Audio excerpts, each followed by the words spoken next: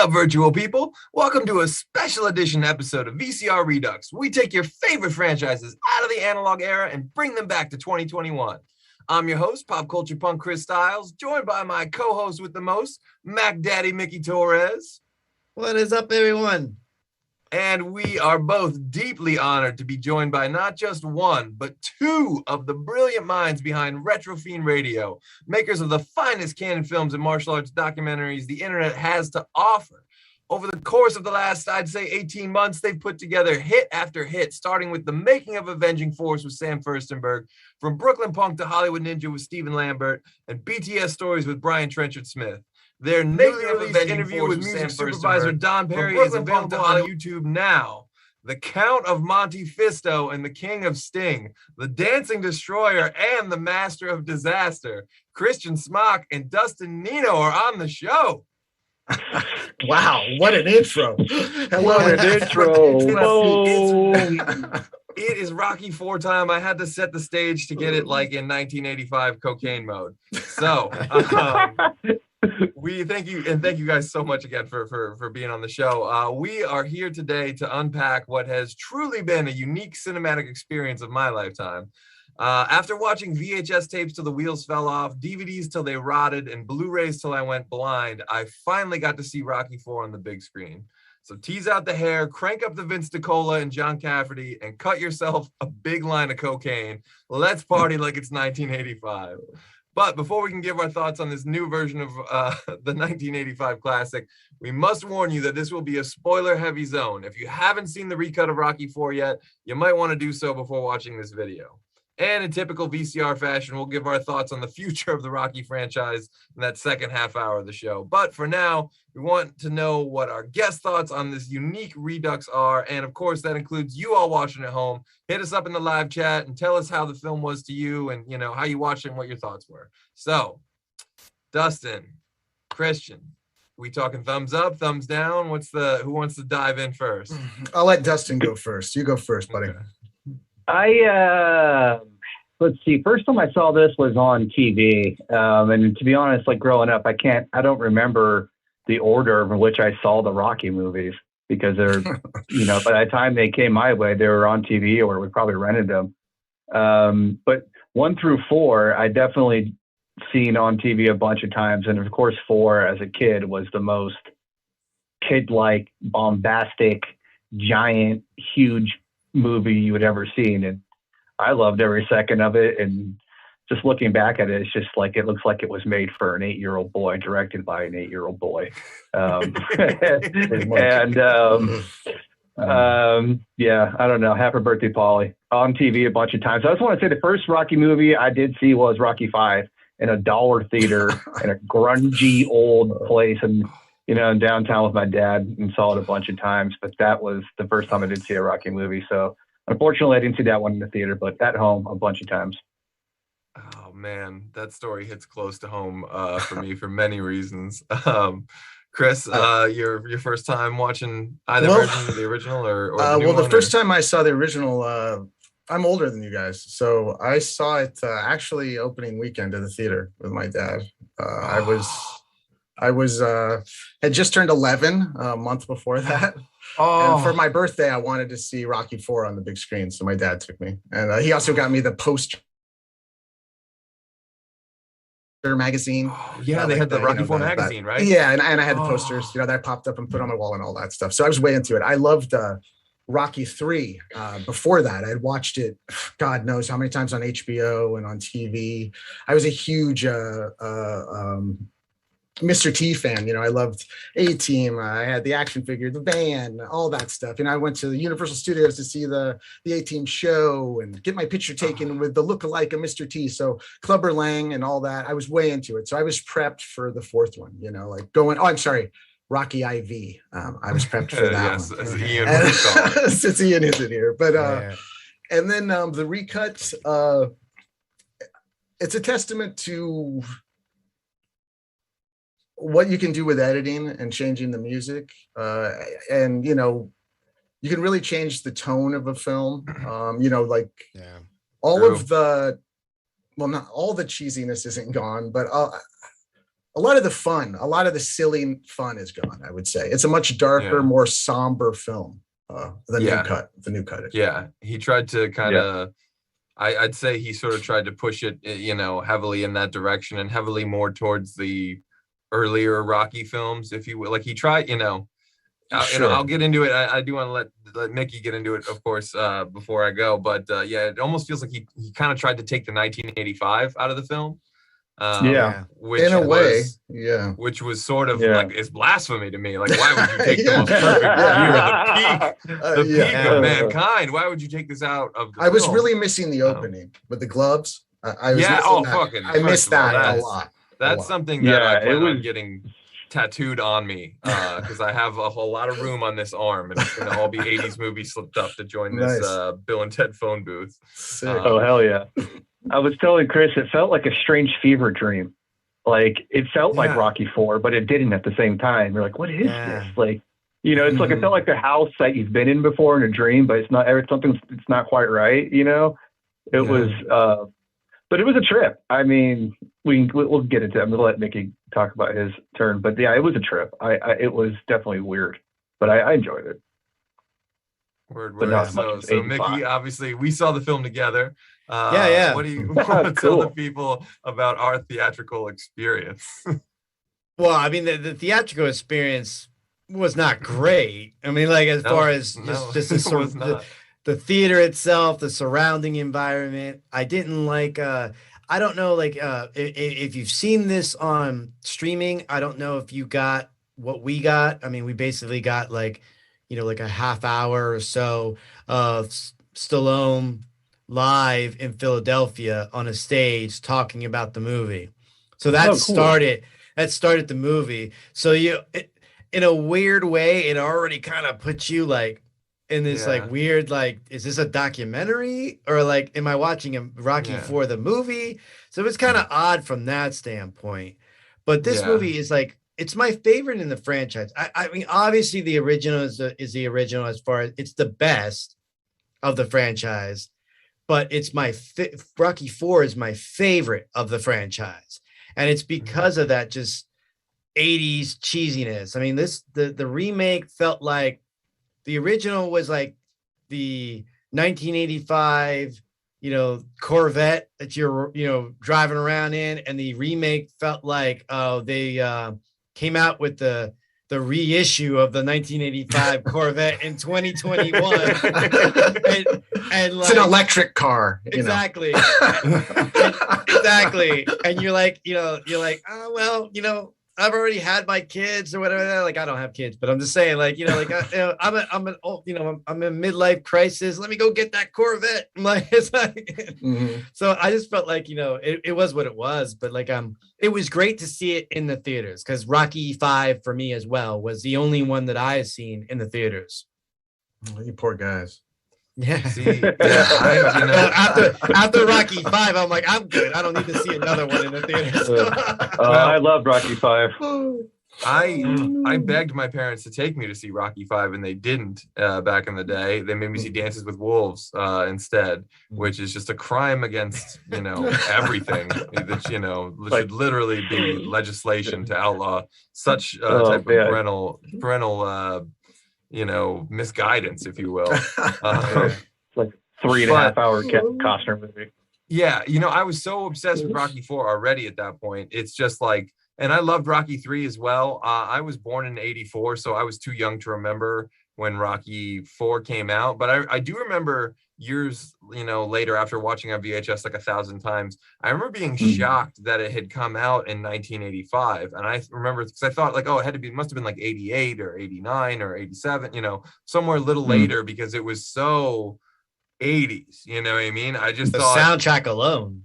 Yeah, like the soundtrack, the editing, all this. I thought that it was such a state-of-the-art type of music video movie. That I just love, and just perfection.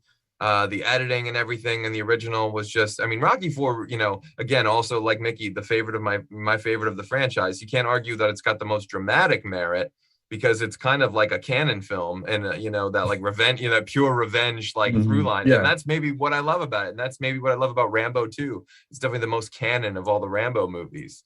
Absolutely. Yeah. So, and again, both 1985, Stallone was like, I think at his peak as a director and as like a movie star and as a fucking bodybuilder, and it's just everything he was doing was kind of at its peak right then, for me. So, you know, I was very excited to finally see it on the big screen. Me and Mickey went, and, you know, I can't slight the movie for this, but the projection was terrible.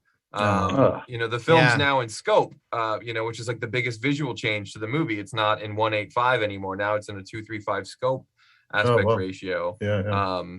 So, you know, I wanted that theatrical experience that's supposed to be wider, bigger, you know, especially in theaters. You know, at home, when we watch a movie in scope, it becomes smaller. And so they projected it in scope, but with black bars on all four sides. They just like didn't zoom the projector in enough. And I'm just like, the interview beforehand actually filled the screen more than the film did. But again, I was thinking about that. I was thinking about that because I actually was talking to my cousin who had seen this movie as well in the theaters, the remake. And in his theater, he because I asked him, like, I'm sure his theater had, did it cover the whole screen? And he said yes. Okay. So, but I don't know, you know. Yeah, see, that bugged me. That's you know, what can you do? Okay, there's some action in the chat, which is good. Alex Bonafonte's in there. Thank you for tuning in, Alex. Hey, Alex. He says, oh, damn, I hope we get this on disc. Have not seen it. Oh, man. Well, I hope we don't spoil it for you, because we are going to talk at length about the changes that were made. So I guess, and that's a good place to start, really, getting into, you know, how different this movie is. And it starts right at the opening, throwing in an 80s pop song that I love. And I was like, okay, maybe we have something here, because I'm hearing Sweetest Victory. And I'm like, all right. Like, maybe he didn't take all the 85 out of this joint after all. And then it gets into, you know, and I was almost thinking like, oh, he's Karate Kidding this. He's giving the like recap of Rocky 3 in a different, you know, in a sped up way. And, you know, and that was sort of cool. I was like, oh, I didn't expect to see this. It's a little jarring for me. I thought it was odd. I was to be honest, I didn't know it was like, because of the setup that we had in the theaters, where he basically had that, like, we had that like little like half hour or so of him talking on stage about the movie. When it went to like this, I was like, is this like, is this kinda still like a part of the documentary? Is this like it's just the movie? Remember they fucking misfired too? Our theater was so fucked up. They misfired. When they started playing the movie, it was sound only and no picture. Yeah. And then they had to stop it, and it took like 2 minutes for them to fucking get it going again. So it could just be it was just really nervous silence. So like, it could just be like, the situation that we were in the theater that we saw it in. But like the opening just felt like, what are you doing? Yeah. Like I'm like I almost felt like maybe it was the wrong movie. Like they I bought it on Amazon Prime, and I thought I accidentally hit a button on my PS4 and skipped into it. Oh, okay. Do you know what I mean? Like it started, and it just starts like kind of abrupt. Yeah. I was like, I was like, oh, did I accidentally skip to the next chapter or whatever? And then I went back. I was like, no, this is how it opens. So I was for a second, I thought. I was gonna say, for a second, I thought, I was like, wait, did I accidentally buy a Rocky 3? Because the cut was different. Because the flashback was him like when he got his ass kicked instead of winning. Like in Rocky 4, the theatrical cut, like he's in his American flag shorts, and then he was in the, you know, then it cuts back to him getting his ass kicked from the first round in Rocky 3 against Clubber, and I was like, whoa, did I accidentally get Rocky 3 on accident? And I was like, oh no, it's just like he's just cutting back and doing it a little different. I was like, okay. Yeah, the whole thing was a total trip. I'm like, what is It's a weird way to open it. Well, I mean, I kind of almost feel like that was, I'm sorry, Chris, but I almost feel like that was for the new fans, if there were new fans. Like, to be honest, I'm like, I just can't see anybody coming to this movie that's never seen this movie before. Right. Yeah, that's true. Yeah. I was wondering that too. Yeah. And so I'm like, I guess maybe he was trying to do it to like, hey, new fans, there's this other movie that was before this, and this is what happened there. Well, what he's trying to do is really kind of what Lucas was trying to do with the Star Wars movies. He's messing with the old content to try to make it fit with these new Creed movies. And he's trying to like go back and tweak stuff and make it so it all fits, and Drago is more relatable and blah blah blah. And the wife is more cold. Leave the fucking material alone, bro. We grew up with this. We've had it for 30 years. We like it the way it is. Yeah. And I must say, it's time to fire the first shot at this recut of the movie, because taking the robot out is the fucking Greedo shooting first of this change. Yeah, when I heard that. I love the robot. Yeah. I got very skeptical, and like trailers always do their thing and they get me hyped.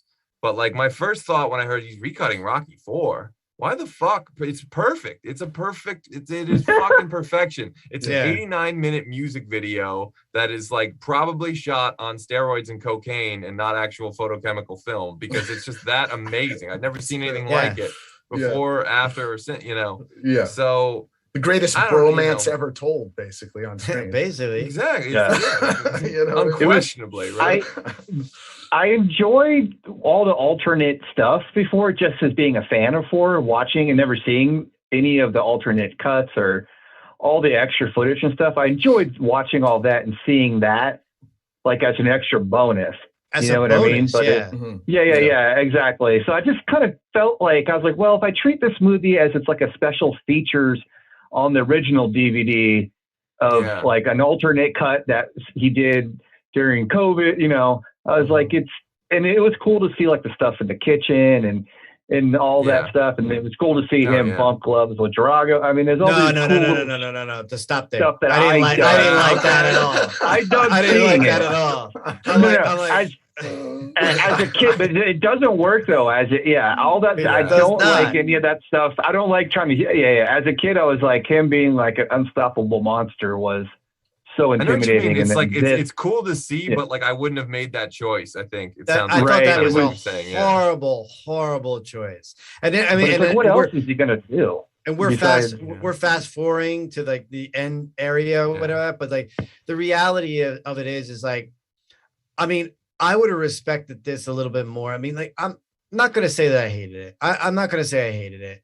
If you're asking thumbs up, thumbs down, I'm thumbs in the middle with it. It's not going to say like, if somebody says like, hey, let's watch Rocky 4, I'm not going to say like, oh yeah, let's watch the new version. Nah, that's not going to happen. I'm like, but the reality was, it's like, it would have been fine if you just like, clean it up, doctor it up, maybe like, do a little bit something, just re-release it back in theaters. Why not? We have the Creed movies. Why not keep the movie the way it was and just make it extended? Don't re-edit it. Just put some of those cool scenes in. I agree. That's what I thought they were going to do. Yeah. I think there's too much ego in there. And that's why, like he could have just put in like that, literally just that one fucking funeral scene. I would have been like, this is brilliant. I love it. Like, that would be the only change, because trying to make Rocky 4 an Oscar-worthy film is not going to happen. What did you think of his eulogy, by the way? See, now here's the thing. Were you moved by that? I like Bill Duke's eulogy. I thought that was good. I thought Sly's eulogy, I was like, I think maybe we could cut this out. We could keep this out, I think. His eulogy was terrible. It was not his best acting either. I thought Sly. It was terrible. I couldn't believe he kept it in there. I'm shocked. It got the opposite reaction. Like I laughed out loud and was like, I shouldn't be laughing at this scene. Well, my whole thing is like, he's sitting there going like, you were the only one that believed in me or whatever like that. I'm like, what about Mickey?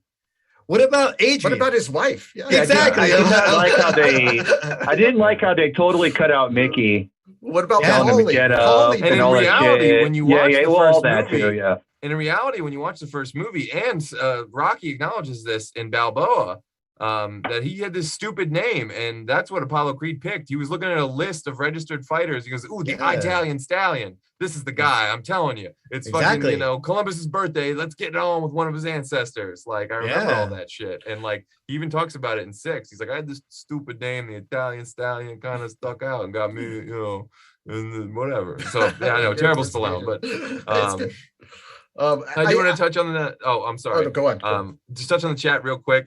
Some more people in there. Again, Alex Bonafonte says Rocky 4 is his favorite, to which I think sounds like most of us agree. Ian Klink says the entire movie was terrible, just like that shirt. What up, buddy? Thanks for tuning in. Mike Miller says "Rip Apollo," which is an interesting point, and we do have to talk about the greatness of 1985 Carl Weathers in this movie. Can I talk about that for a second? Yes, please do. I know that I'm, because I'm a little older, I love Rocky 3, because I connected with that one first. You guys connected with this one a little bit more.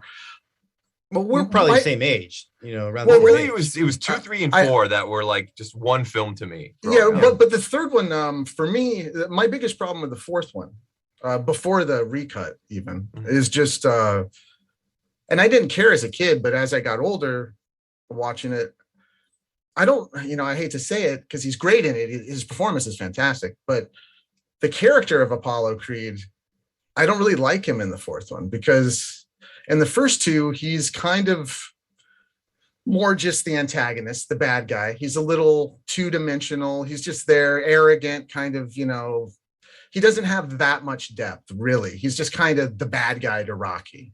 And then in the third one, when he loses, he's kind of humbled. He comes back. He really develops some depth in the third movie, and he's not as cocky. He's not as arrogant. He's almost like, Obi-Wan getting strike down and coming back as powerful as you could ever imagine, and he trains Stallone and everything. And then in the fourth one, he's back to being this kind of arrogant two-dimensional character that's like, won't listen to anyone, he's like not the same guy he is in the third movie. He goes back to being the guy he was in the second movie, which is just weird. I thought it was a weird choice. Also, I love the third one too, because he takes, Mickey dies, Apollo becomes his mentor and his coach. Adrian and then he gets sick. But then he just takes those same conventions that worked in part 3 and uses them in part 4 and kills Apollo. Yeah. And and then he does the same thing in the Creed movies. He goes, what are we gonna do? We're gonna do the same thing. I'm gonna come in. We're gonna kill off Adrian and Balboa. We're gonna kill off Paulie and Creed. We're gonna In the third movie, it worked because he took all those conventions, and it works in the fourth movie too. But then he just kept doing it over and over and over again. The same, this guy. And then he wanted to kill himself when he made the fifth one too. The idea was to kill Rocky. Yeah. That was supposed to be the death of Rocky. But I mean, he just milks a dead cow. I mean, look at the Rambo series. Look at this Rocky series. Do we need 9 Rocky movies? I mean, the 9th one's coming out. I mean, there's that many unanswered questions. I mean, it's just kind of crazy. I mean, is he going to fight Jason in the next movie? I mean, there you go. It's getting there you go. Hey, Jason, don't scare me. I feel with the Apollo character, like I totally agree with you. To a certain extent with the Apollo character, but I almost feel like, wouldn't Apollo have wanted to get back in the ring in the third one?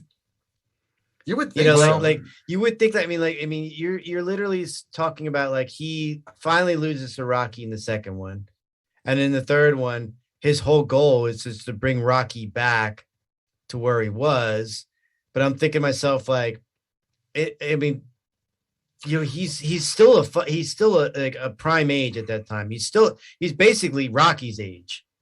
So it feels like his time has passed. It seems like in the third one, but then by the fourth one, he's like right back to wanting to be the champ again. It seems. Well, but I think I think because in the fourth one, I think they're alluding to like his time has definitely passed. Now he's waited too long. He hasn't had any fights, but Apollo looks at it as like, what? I still have, I want those glory days back. I helped this guy, get his belt back or basically come back.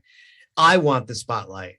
Like nobody's showing me that love. Everybody's showing Rocky that love. He seems sad in the fourth one, like he makes those comments about like a warrior needs a war to fight or he's nothing. Like that's the remake. He seems like he has no like. No, that's in the original too. Yeah, that's the original too. He just seems like he has no purpose or no point in the fourth movie. And the third movie, he seems like he has a purpose. He seems like he has. Correct. He's kind of invented himself. By the fourth movie, he's this lost character again, and it's kind of like there's a disconnect for me.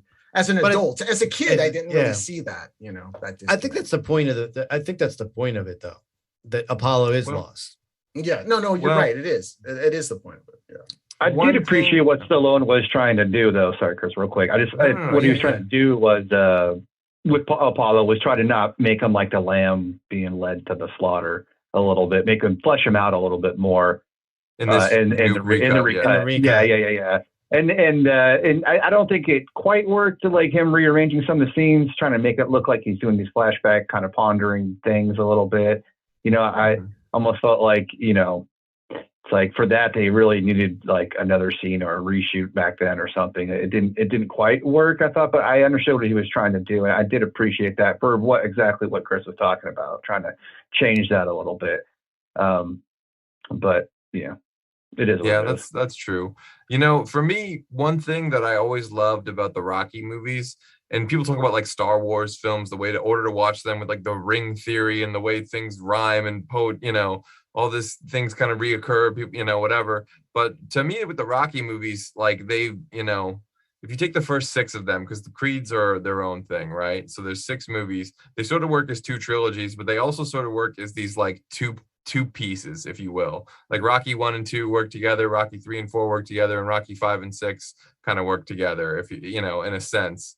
And the connective tissue for me, you know, like the central, it's almost like the center point of the entire franchise for me is like Rocky and Apollo fighting just for fun, and they reference it in Creed. So I don't know why the hell he took that out. That just seems strange to me. It is weird, yeah. You know, but there's always been this theory around Are you talking about the like when they were at the beginning that like you owe me a favor, Stallion, you know, remember like you fight great, but I'm a great fighter. Yeah. I thought that was in there. Wasn't in there? No, he took that out of the took it out. Like why? Took it out. It was very strange that he took that out. Oh, that does suck. Yeah, for some reason I was.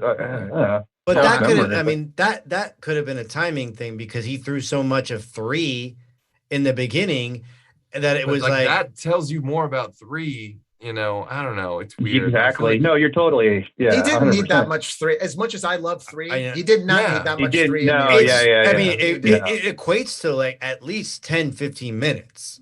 It was a lot. Right. Yeah. I was like, I just paid for this. Am I watching part 3? and this is what was so so jarring about it. When you know, when it opens up like that, I'm like, what am I watching here? Yeah. Am I in war?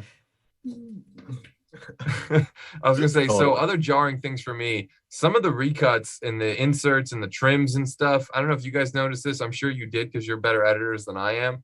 Do you feel like some of the pieces didn't quite match right? Some of the color, like you'd see, the pool looks a little more neon in this shot, a little more, you know, absolutely. HDR and stuff. There was also, it was weird. You could see some of the scenes that had been added into were grainy and not like they weren't super grainy. The Apollo Rocky ad lib on the outside when he has the football and he's talking to Rocky outside. Mm-hmm. That scene that was really grainy, really like they didn't remaster like the cut footage, you know, the new footage. I mean, not all of it, at least some of it. Like I mean, you could tell some of it was like Also, some of it was just probably like, you know, what should have been throwaway footage because it was shot on film and they maybe used the wrong stock or didn't have the right ISO or the lighting. You know what I mean? Something was a little bit, you know. So it's like, all right, you know, you're. Back in the day, they were trying to not have grain, you know, as much as possible. And getting a little bit of it is kind of what we loved about, you know, that, if you will, retro patina. Retro patina. I was about to say my favorite words. Yeah. Dustin's word. Dustin coined that. That's one of my favorite words. I love it. Yeah, I credit you guys. My NFT, anybody out there? That's right. Hit us up in the super chat. But speaking of the chat, I do want to get back to it. So there's so Alex 15 says, I hope you get a 4K steelbook including both versions and a photo of Rocky facing off with Drago on the inside. That would be cool. I'd be down for that. Mike Miller says CGI Mickey. That sounds awful. Please don't CGI Burgess Meredith. Exactly. He's a treasure. Or Carl No Weathers, force ghosting him. Yeah, no force ghosts. Alex Bonafante says it's $4 to digi-rent. I'll be doing that later tonight for sure. Awesome. I hope you enjoy the film. Definitely. I would suggest anybody watch it. Yeah, if you're a fan, it's worth seeing the outtakes alone. You know. Can we talk about the title? I appreciated about it. Yes. Okay. The title and the title screen were both awkward. Well, the title, first of all, it's Rocky 4, Rocky versus Drago, the director's cut. It's a mouthful. Can't we just call it like Rocky 4? The Rocky Redux versus Drago direct, or you know, like Rocky 4. You know, if you want to have the versus Drago cut, or something. You know what I mean? Like it's too long. Like, again, I go back to like I think this was a way to try to sell it to younger kids or younger people that have seen the Creed movies. No, I agree. He recut it for Creed, but he also recut it because, like I said, he knows how to milk a dead cow, and he didn't have anything to do for the whole pandemic. They put Creed 3 on hold. Creed 3's on hold. He's sitting at home. He has nothing to do. He's got these 3 gorgeous girls that are in college and stuff. He's like, what am I going to do? I'm going to recut this thing. These idiots will buy it. And we did. We bought it. He said that, though. Like in the interviews. Well, there you go. Yeah, exactly. I didn't even see the interview when I knew it. You know? He did say that's during the pandemic. This is what he was thinking. And he thought that, bringing back Rocky for it. Dustin came to me when Rocky Balboa came out and was super excited about it. And he was, oh my God, Rocky Balboa. I told him exactly how I thought the movie would be and how it would end. He went and saw it. He came back. I said, what was it? He said, you're absolutely right. It was exactly. That's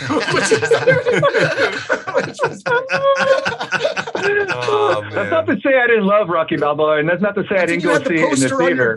You had your poster on your door. You loved it. I love them from what they are, but we don't have to talk about Rocky Balboa, but yeah, it was a little Rocky bit Balboa was like old, or those movies Red. I call them old. So it's just like a bunch of people that got too old to be doing what they're doing. And it was nice and it was good. It was well written and well directed and all this stuff. But it just would have been so much better if it was made in like 1995 or sooner.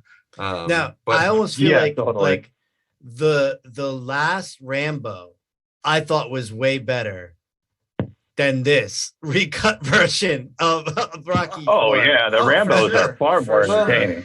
That's a franchise that I think he hasn't worn out. Like it's still good.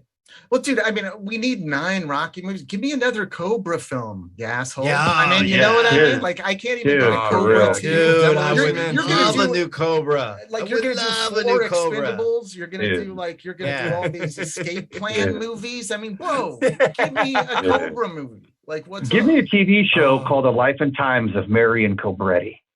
Yeah. Oh, yeah. Dude. I mean, that was he's like, I think I have a take on a Rambo prequel before he joined the army. Like, no, bro. And by the way, he cut out 45 minutes of Cobra.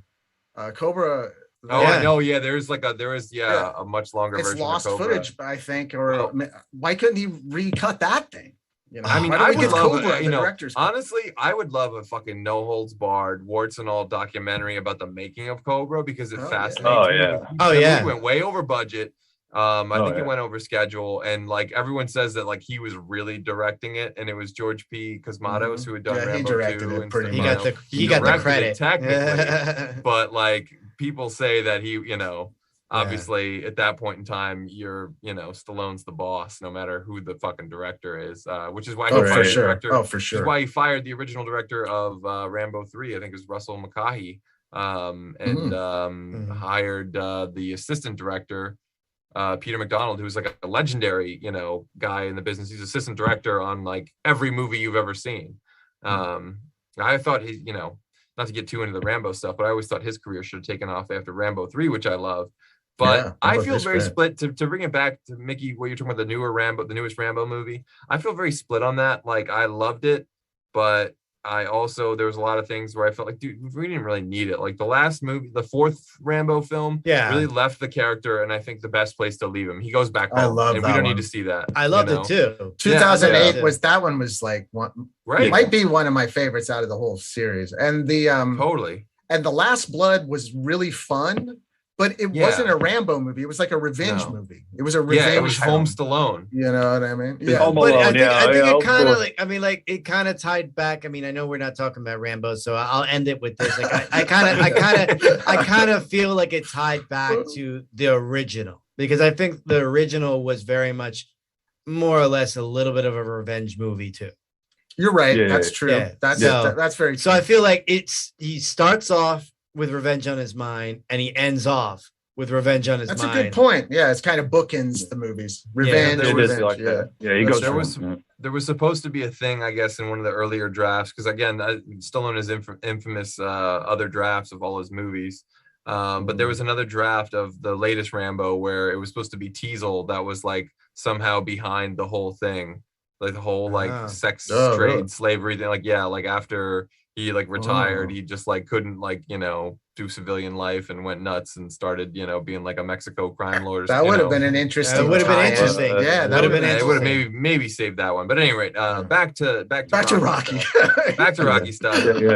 So this. I mean, I'll kind of run it down for the stuff that worked and the stuff that didn't for me. The stuff that I didn't like the scope aspect ratio. I thought most of the time, after watching it 3 times now, I feel like most of the shots are trying to like be squoze into, you just want a little bit more of someone's face than you're getting. And it feels the framing feels a little bit awkward on some of that. I didn't notice that on TV. I didn't notice that either, really. Yeah. I didn't, I'm nitpicking there because that's like my 3rd watch. Those are the things that, and I watch it, and also like 1985 Talia Shire, that works for me that you get more of her. Yeah. But you're missing, you're cutting off her face. I mean, that's peak Talia Shire, in my opinion.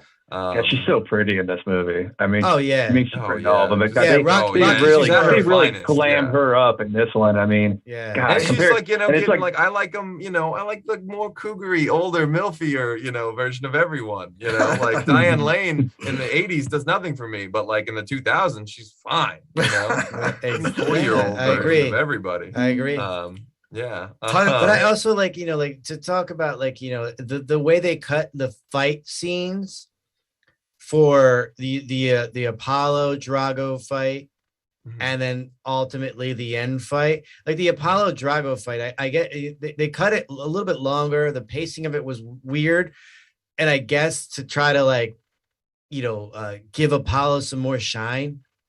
Basically we all know like the end result, and we all know the fact that like he's supposed to not have a chance against Drago.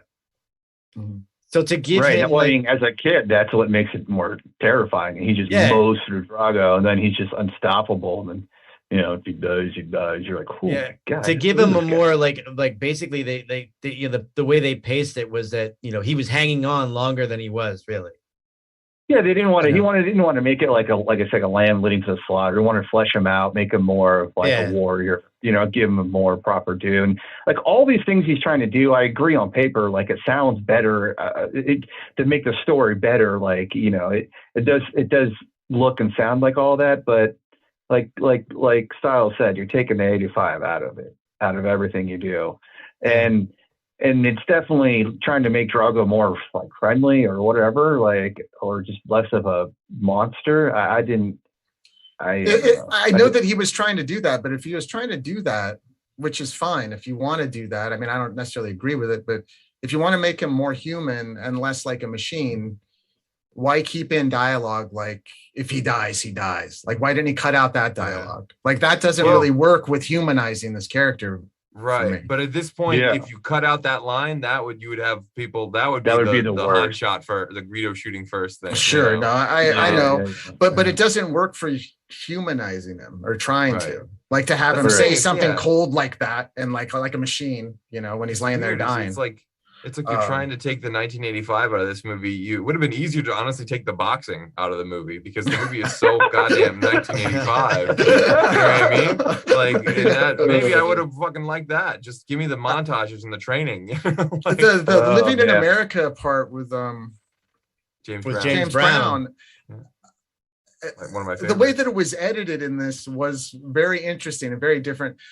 And I do love the original. I did think it was interesting the way that he cut it with Drago coming up on like his on his platform with his perspective of kind of like looking around and like you get like you kind of get in that moment that Drago is more of a tool for like I mean you get that through the whole movie that he's a tool, but I didn't mean a tool, but I know, but I love it. It works both ways. The government and his handlers and stuff are all using him. You know what I mean? Yeah. And when they put him on that platform and he starts rising, you can tell he's like lost, kind of, and like when all the lights hit him and all that kind of stuff, it gave you that whole scene felt so much different when like you know.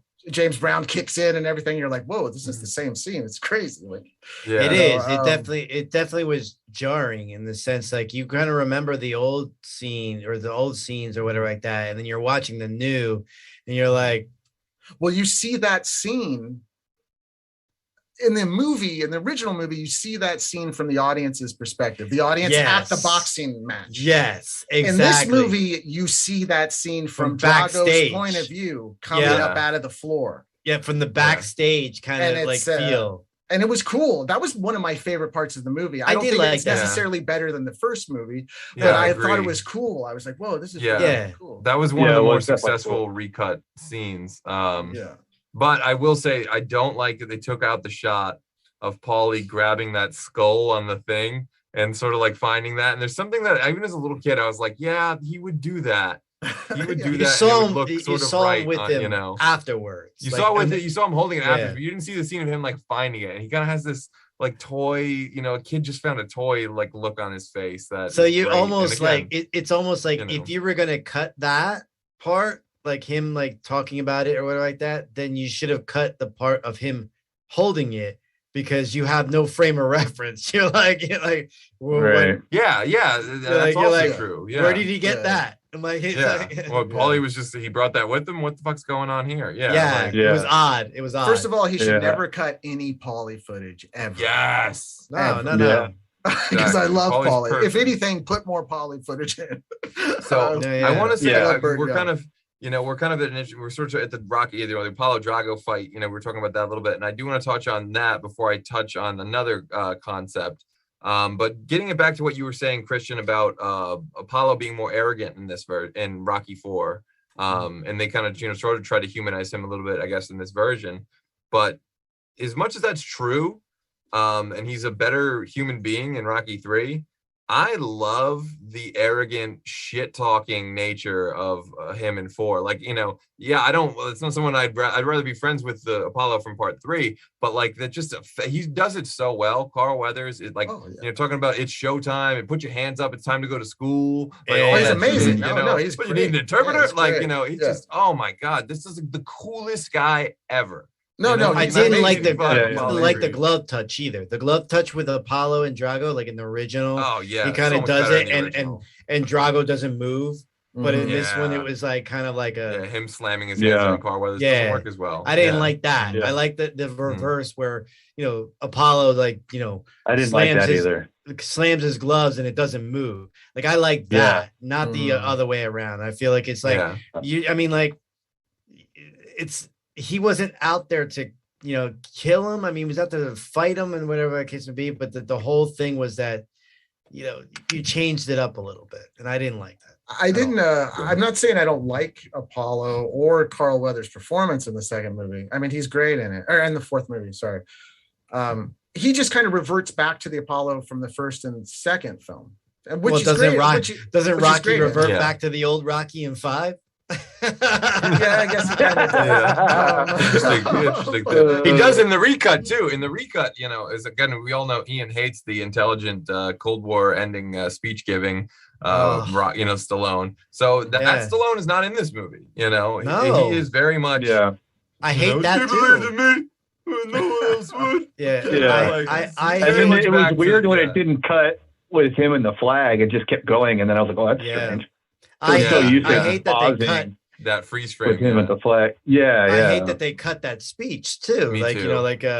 When I first got here, you didn't like me, and I didn't like you too much either. Like they cut that. I'm like, why? They fucked that whole speech up. And again, he doesn't wish Merry Christmas to his son because the footage of his son watching the fight that was cut out of the movie has the robot standing behind him wearing a Christmas hat, which is one of the shots I remember from the movie. Those were great little shots. And that connection has always been important to the Rocky movies. He's looking for Adrian, where's your hat in the first movie, or yo, Adrian, I did it in the second, that connection to stuff is always really important. And it's totally absent from this version of the film.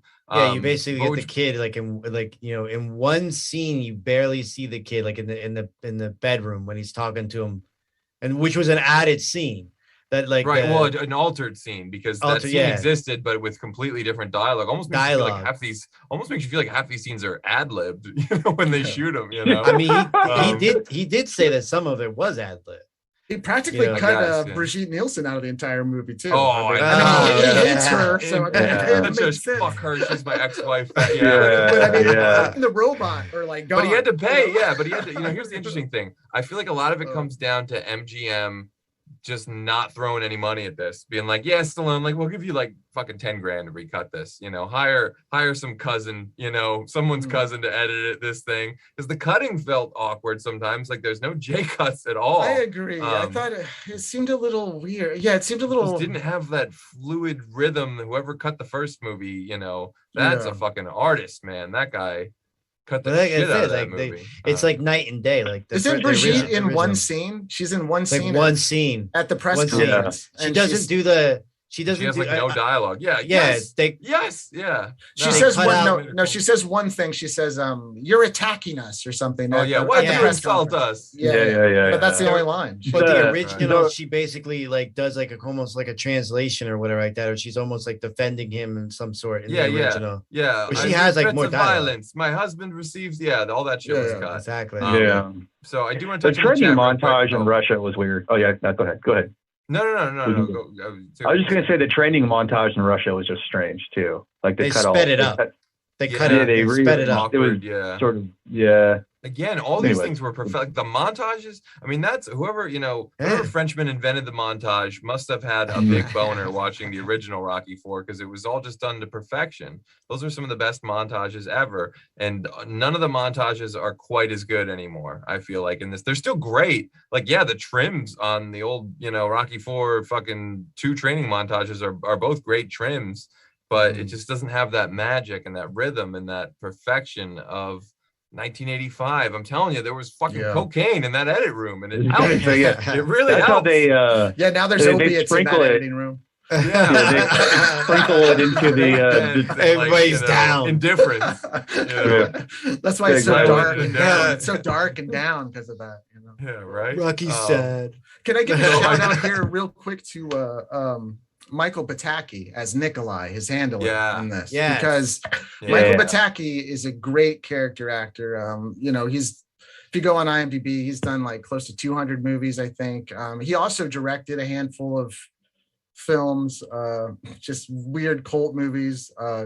He directed a movie in '76 called Mansion of the Doomed, which was one of Charles Band's first movies, who went on to do tons of movies. And the other thing about Mansion of the Doomed that's interesting is Michael Pataki directed it, really gory, bad B movie. But it's the first film with Lance Hendrickson in it. And it's also one of Sam Furstenberg's first American films as an assistant director. And him Michael Pataki became good friends, and Michael Pataki was in his first movie, One More Chance. He also directed a movie. It's a softcore musical porno of Cinderella from 1977. Don Perry did the music, and it's also a Charles Band film. But Michael Pataki is a very interesting guy. He did cartoon voices. He also was the first guy in 1966, I think, to speak Klingon on Star Trek. So I mean, he's an interesting guy. He's basically doing a cartoon voice in this movie. He's basically like Boris from Natasha Rocky Boris. Bullwinkle or something. That's true. We go. That's who he sounds like. Yeah. But I'd be remiss to not to give him a shout out to and Dracula's dog. I don't know if you guys. That's another band. That's another band film. Yeah. I gotta check that. Sounds like I would love it. Yeah. But he's great. Oh. So, sorry. Go ahead, touch on the chat. We've been. Yes. Sorry to ignore the chat again. Angie Saunders is in there. Mashup Genius. Lil Man Chirac, new name. Thank you for tuning in. Also, Ian Klink. I hope Mickey is a robot. There's some sort of emoji thing happening in the chat now. Mike Miller is demanding an over-the-top recut. I'm down. I'm so fucking down. I'd watch that. Watch that. Also, some love. Baby. Also, some love for Demolition Man. Alex Bonafante says Golan cut the hell out of Cobra. Interesting. I didn't know he put his scissor hands on it. That's cool though. I think he did. I think he kind of did that on everything. I think he was just one of those guys. He probably loved the process of editing. James Hodge says, what about the drugs Drago took and his wife bluntly smokes weed? Yeah. Oh, that's what it is. Gold's code. Our friend Sean Gold says, happy birthday, Polly. Again, great stuff. Thank you all so much for tuning in. So I guess it's, we're way past the half hour now, but we should talk about what, at least maybe I think would have been a better choice or a good next choice for the future of the Rocky franchise, because Stallone says he's done acting in it. So I'm sure this movie made money. He's going to recut some more films. The question, I think it really comes down to, does he do Rocky 3 or does he do Rocky 5? You can't go back. No. I mean, you have to recut Rocky 5. I mean, there is enough. No. You have to do it. You have to do it. Don't release it in theaters. But it needs to be recut, because just taking the early 90s New Jack Swing hip hop beats out of that song, out of that movie, and the Go For It song out of that movie already improved the movie 25%. 25%. Just the bad music alone. How about seriously eliminating his kid in the movie? There's a work Rocky. All the stuff. Here's the thing. All the stuff that annoys you about his kid is shit MGM forced them to put in the reshoots. I'm telling you, his kid's job in the original work print version, which is available on the internet. If you look up Rocky 5 work print on Google, you'll find it. It's amazing. It's brilliant. And they forced Avildsen to turn it into a piece of shit. It's always going to be a downer and depressing and not fun movie, because that's what it is.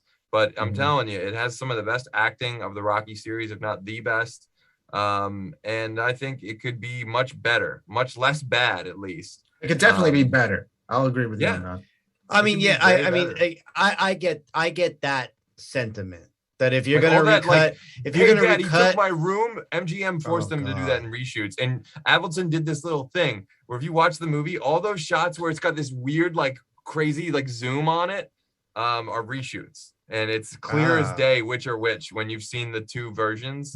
And I'm telling you, it'll blow your fucking mind to watch this work print. You have to give him credit for trying something different in Rocky 5. I mean, I'm not a huge fan of Rocky 5, but it's kind of like, the story alone was. It's kind of like Halloween 3. At least they went and tried to do something else. No. And then they were like, this didn't make any money. Let's go back. You can't compare Halloween 3 to the piece of shit that is Rocky 5. I love Halloween 3. Oh, but they movies, went back. But, yeah. You know how they were like, we got to put Michael Myers back in. We got to go back in the boxing ring. We got to go back in the boxing ring. This didn't work. Yeah. We're going back, and that's what they did. And they've done it over and over and over again. One last thing on 4 before I go with what I think he should do is the ultimate sin for me was that at the new scene where at the end he's getting out of the ring and he daps up Drago. I'm like, what are you doing? He killed your best friend. He killed your best friend. You will never be good. I'm like, there's no need to dap him up. Like, he's like, hey, bro, good fight. Yeah. No, he killed your best friend. Even in this version, if he dies, he dies. Exactly. Even in this version, not like he felt bad about it and it was an accident. Exactly. Yeah, right? I'm like, I understand. There's it no makes reason. sense if you've seen Creed 2. I would love to see talk to somebody who's never seen any of them, watches all 1 through 3, and then watches the director's cut first of 4, and then watches the original cut, and just to see what what version they think is better. If that person out there does exist, because it'd be interesting to see if a blind sort of go into them if you prefer the streamlined version and not all of that. And that's taking into account that they're Creed 1 and 2 fans too, obviously, because like you say, it's a total recut for Creed 2 and everything else. It makes sense if you're really into Creed 2 or whatever, and they're trying to make it. Honestly, I feel totally it was designed with that in mind, but I don't even know if it does. Him dapping, gloves with fucking Drago. That takes away some of that impact of that one scene in Creed 2, which to me was had me on the edge of my seat, was when Drago's in his restaurant. And I was like, whoa, Rocky and Drago are alone in a fucking room together. This is awesome. Like maybe they'll fucking fight. I don't know what the hell's gonna happen. This is like, I was electrically charged going into that scene, and that was like, you know, for me probably the best scene of Creed 2, which.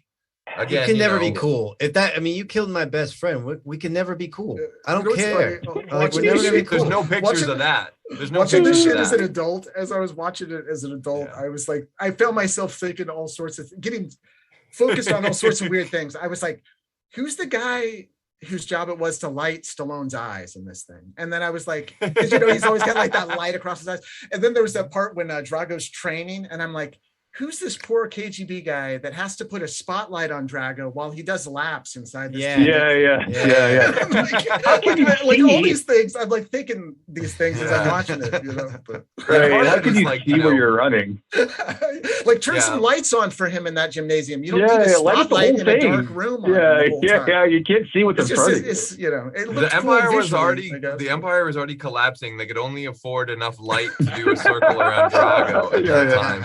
You see how much they spent on like, you know, robot machines that like measure his punches and all this shit, and like there's literally shots of like them like, you know, just like dragging their finger across LEDs and then like opening a door where things light up behind the door. And all they needed to do is all they needed to do was hang a rope and have him jump up over the rope like Rocky does, you know, like meanwhile, I'm thinking to myself, like, couldn't you just go down to the arcade that's probably around the block or whatever like that and go find that punching machine and go test it?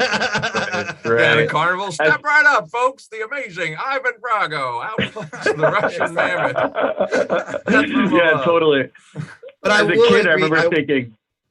No, go ahead. No, I'm just last thing for me is I would agree that if you're going to recut anything anymore, 5 would be the only thing you can recut. Yeah, make the apology cut. Literally, just fix as much as you can and apologize for the rest. Cut. You know? I like that. The apology cut. Yeah, you can't fuck up 5. That's a good title too. That works better than that does work. Rocky IV : Rocky versus Drago. That's too many V's. It just doesn't. Yeah. I wanted to point out in 1985, like 2 months before this movie came out, this Playboy with Madonna that's really popular, you know, where she has the armpits, hair, and all that stuff. I remember finding that in my friend's attic. This is the last stapled issue of Playboy too, but it always got overshadowed. But Brigitte Nielsen has a big nude spread in this as well. I can't show you the nude pics right now, but I'll send you guys the spread later. But it's promoting Rocky IV and Red Sonja. I'll send it to you guys. Brigitte Nielsen, what won't she do to support her films? So we are almost out of time, but I think this was a good discussion. I think we got through most of the changes and all that stuff. And hopefully those who were wavering on the fence know whether or not they want to give this cut a try. And of course, we thank all of them for tuning in. But before we go, I do want to give you guys a chance to talk about some of the new stuff you guys got going on at Retro Fiend. Let the people know what they're missing out on. Well, we just came out with our first episode of Don Perry produced the music. Don Perry is a pioneer in the field of independent music supervision. He's done at least 46 feature films, 27 movies of the week, tons of TV shows, blah, blah, blah. We just premiered our first issue with him, or first episode with him. We have 3 or 4 episodes coming out. Our latest docucast with Tom Stern, our 3rd installment with Tom Stern, will be out probably sometime this week or next weekend. He turns 89 this week, so I got it done for his birthday. Nice. We cover a lot of interesting stuff in that. We show him stuff that he doesn't even remember he did 55 years ago, which is pretty interesting. He did a show with Dustin Hoffman. He did a movie with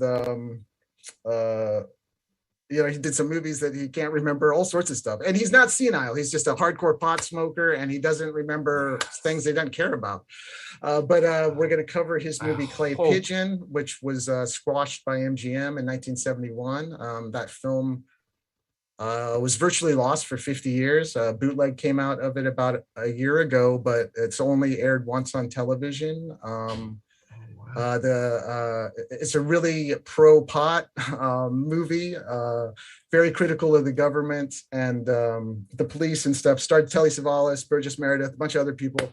Tom wrote, produced, and directed it, but after it was done, MGM squashed it and shelved it, and it's the master print sitting in Kansas City, and we're hoping that we can bring awareness to the film and eventually get the film out and remastered. But it's going to be interesting. There's a poster for it there.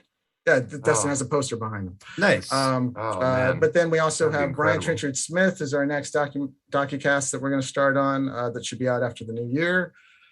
And then we got a lot of stuff with Sam Furstenberg and Stephen Lambert still in the works. That's getting a little trickier. I got to kind of figure all that out because those guys do so many podcasts. I got to figure out like, what can I tell that hasn't been new told stories? Yet? New stories, yeah. But but a lot of stuff going on. So you guys are never short on news stories, and again, like such a gift to nerds like me. What you guys do, all your work, I devour it. I consume it in mass quantities, as Beldar would say. I wish we could clone you. That'd be great. I'm a fan of your entire catalog. Yeah, indeed. Thank you. Thank you, guys. So, Mickey, is there anything going on in your corner of the world? Rick Barton the Line, any closer to playing some live shows? Not yet. Not So yet. I'm gonna keep asking until one of these days. No, we'll see where we go. Go. In the meantime, Mickey, you continue to be oh so fine. So before we go, you Fandom fans might want to tune into Tuesday's Fear the Walking Dead Reactor panel featuring our very own Governor, Captain Kyle. And of course, we want you to tune in this Wednesday at 9 p.m. as we dip over to Thailand for some Tong Po, some Nuksu Cow, a little Muay Thai, a whole lot of muscles from Brussels, and a healthy helping of the Code Man himself. That's right. Cue up the Stan Bush because it's time to unlock the power of the Kickboxer franchise. And as always, if there's a particular movie or TV franchise that you want us to cover on a future episode, let us know in the comment section on YouTube. And since you're already doing that, you might as well go ahead and like, subscribe, and follow Retro Fiend Radio, Fandom Spotlight, Rick Barton the Line, the Howl 9 Network, and Pop Culture Punk. Till then, back up those Betamax, rewind those laser discs, and we'll see you at the movies.